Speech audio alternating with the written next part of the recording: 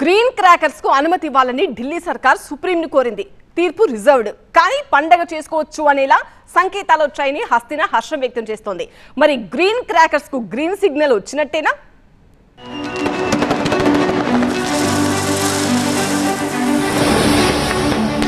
పండుగ ఆఫర్లతో పాటు ఈసారి దీపావళి క్రాకర్స్ ధమాకా మరో లెవెల్లో ఉండబోతోంది. ఎకో ఫ్రెండ్లీ దివాళీ కోసం ఇదిగో ఇలా trendy crackers ready to fire.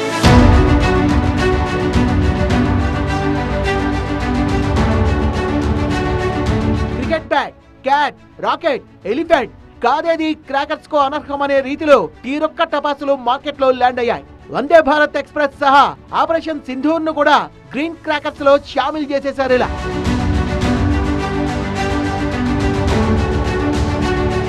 Deepavali అంటేనే వెలుగుల పండుగ.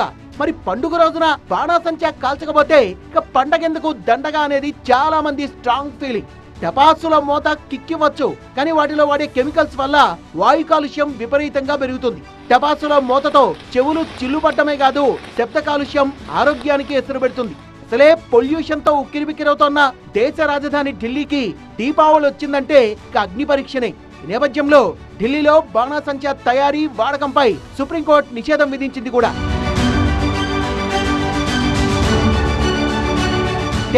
టపాసులు కాల్చకుండా ఉంటే దీపావళి పండుగ సందడే ఉండదు.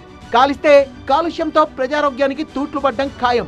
అందుకే మధ్య మార్గంగా గ్రీన్ క్రాకర్స్ వాడడానికి అనుమతి ఇవ్వాలని ప్రజానికం సహా ఢిల్లీ సర్కార్ సుప్రీంకోర్టును కోరింది. మరోవైపు గత నెలలో దాఖలైన పిటిషన్ పై విచారణ జరిపిన సుప్రీంకోర్టు గ్రీన్ క్రాకర్స్ తయారీకి పచ్చజెండా ఊపింది.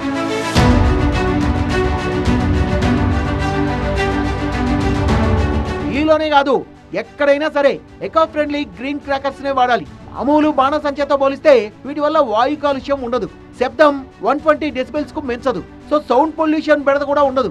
ఇదిగో మంత్రదండంలా పిల్లల చేతుల్లో వెలుగు పోలను ఎలా ఆస్వాదిస్తున్నారో చూడండి. ఇవి గ్రీన్ క్రాకర్స్.